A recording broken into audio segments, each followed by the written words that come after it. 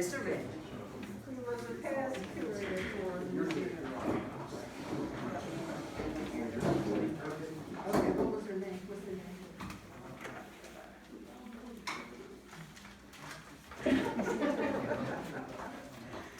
Okay, we also want to acknowledge our city councilman, Skip Jenkins. Yes, please. And Mr. Phil Carter. Mr. Carter is here. Okay. We also want to acknowledge Ms. Alicia Richardson. She's the staff director for Senator Tim Scott. Thank you for being here. And, is Tracy here? No, we haven't seen it. City manager, she's not here, okay. All right, then the next thing is a great pleasure. We're going to introduce our African American committee members. And most of you may have seen most of them or know most of them. Pamela Sultan is over here. Shaletta Earl is also a part of our African American committee. Ebony Reed is right here. And Mr. James Denny. And everybody knows me, I'm Yvonne Smith, I'm the president. Okay. And then of course, we have to, we would definitely not have this committee had it not been for Mr. Andy Thomas. I want to make sure I get his correct title. He's the Museum Office and Communications Associate. And he has been a great help. Andy has fought many battles for us in order for us to have this committee. And we are very, very thankful. We want to also thank our legends and the family members of the legends for coming out and allowing us to spotlight them in their lives. I'm told that many people knew of these people but never realized the accomplishments they did. So we are very excited to finally be able to show our legends in Cayce. We did a fundraiser last year to make cards, and the response was overwhelming. We got way more money than we expected, and so that is a blessing. So these are what the cards look like. And our ultimate goal is to turn all of our social media postings into cards. We did people, places, and events. I think Pam was in here. She mentioned that we started this, and it just grew. People are just really excited about it. For some reason, African American heritage was totally forgotten for many, many years, and we are now bringing it to the forefront. Our ultimate goal is to get an exhibit in the museum, and we're working on that. We are working on that. So what we're going to do right now is show our cards, and our committee members are also going to participate, and they're going to show you the cards. Now, I'm going to start with Ms. Sultan. Yes, ma'am. Okay, we're going to start with you first. The first person that you're going to spotlight is Ms. Zenobia Glover. Now, is there anyone here from Ms. Glover's family? Okay.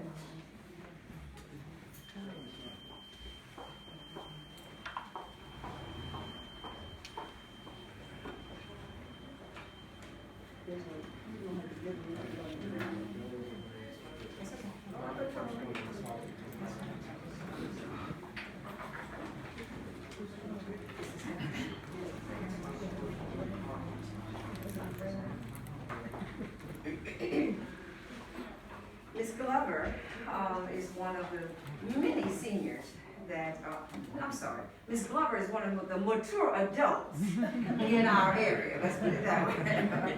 Miss Zenobia Glover. A lot of us know Miss Glover. For those who don't know her, once you meet her, you'll never forget her. Amen. Miss Glover is the kind of person, you know, she starts talking to you, you can't walk away until she said, okay, darling, I'll let you go. I know that Ms. Glover, while she's looking at that, Ms. Glover is a part of a community garden that we started, the Julius Feller Coalition for Change, and that is just wonderful. She lives right next to the garden.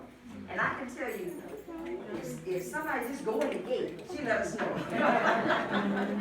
She has a key to the garden. It's just a wonderful thing. A garden is wonderful, but at the same time, you know, when we do it as a community, it really makes a world of difference. When you go right there with your friend, Okay. Ms. Zenobia Glover right there with Tanya. is presently 2021 the second oldest African American lady in the Cayce community. When we did this, the first year, Ms. Glover was 94 years young. She has 2 children, a son and a daughter, and 3 beautiful grandchildren. She is still very active and proud of her church, which is Mount Zion Baptist Church of Cayce. She retired from the Baptist Hospital after 30+ years, enjoying her activities at the Tri-City Leisure Center and the Lakeview Senior Center. She is participating in the senior games at the Tri-City Leisure Center, and she has won many medals. If anyone knows about those games are where seniors compete in different categories, just like you do for the Olympics. And they really work very, very hard at it. And she has won many awards. Miss Zenobia has the ability to always make you smile. Our first person is Zenobia Moore Glover.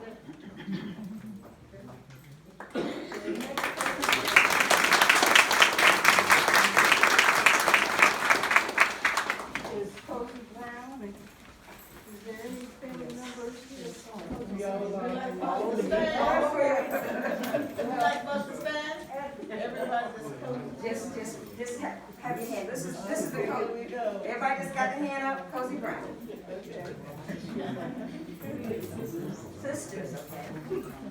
And when you start mingling with the others, please let the people know.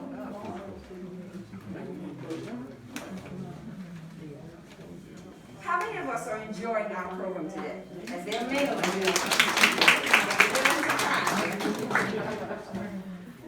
Yeah, this could not be possible without the community. These cards were produced with the community help. And so please, please, please, it just makes a world of a difference when we actually come together. And in this particular project, we came together. We've always come together in our lives. And anyone that's in the room, you know, your family, your church family, your community family, yeah, we come together. And so that's what you see, the combination of what's going on tonight, that we came together and we're honoring. I don't know about you, but my mother used to say, give me my flowers. Amen. Cayce Brown was the first African-American firefighter for the city of Cayce Department of Public Service.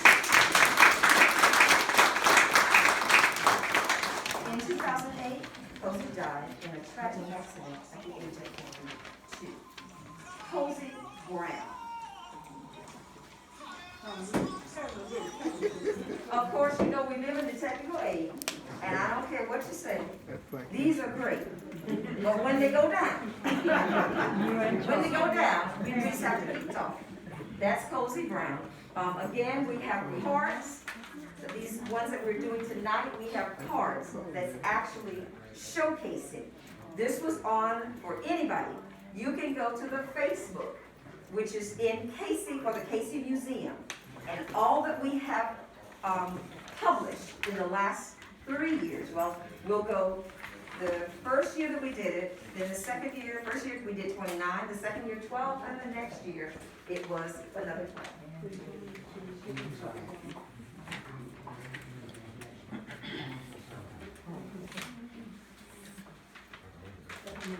The oldest member in this family, please.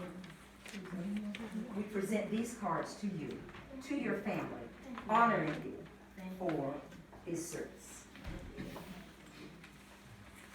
Okay, thank you very much, Pam. We're gonna change members, and we're gonna do Ms. Ann Bailey, who is Ebony. Ebony Reed. This is Ann Bailey Robinson. Some of you may recognize her. She was a city councilwoman, excuse me. Yes, Miss Ann Bailey Robinson. Is Miss Bailey present today? She was gonna probably speak. Okay. You probably not hear that. Okay, that's fine. Ann Bailey Robinson is the first black female council member for the city of Cayce. She's a wife and a mother of 3, and her background is largely in healthcare, clinical and administrative. She's an expert in customer service and has experience in supervision, training, and tutoring. Ms. Ann has a Bachelor of Science degree in project management and administration, and she is a certified medical assistant and phlebotomist. She has an associate's degree in cross-style theology and is currently working on her Master's of Health Information Technology. She is passionate about healthcare and student advocacy. She comes from a background of strong women, advocating for children, young adults, veterans, and the elderly population is her biggest passion. Ann and her husband know how challenging it is to raise children in today's world. She says she was taught that they may stray, but what you teach them is instilled in them. If she could say something to everyone, she said it would be, I love you, I appreciate you, and I believe in you. That is Miss Annie Bailey Robinson, the first black councilwoman of Fort City.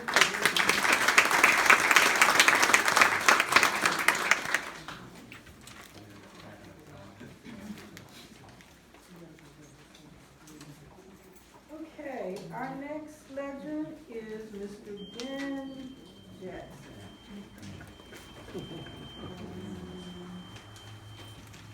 James.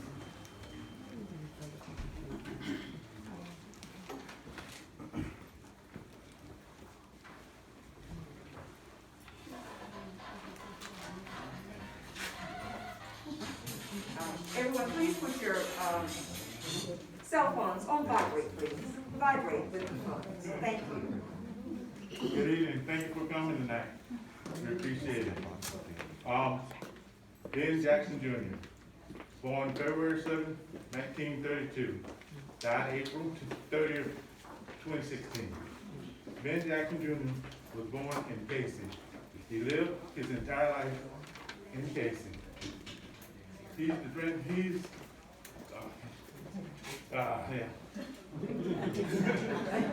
This is new for me. He graduated from Lakeview High School in West Columbia. He was also attended Benedict College. He was employed at Rico USA in Cayce for 50 years. He was a welder, supervisor, and employed several people around the community. He was a member of Apple, Trouts Club, and Columbia. He was a faithful member of Mount Zion Missionary Church, Baptist Church, and he served as a trustee and chairman of on the board of trustees. He was married for 64 years to Miss Frances H. Jackson. He had one daughter, and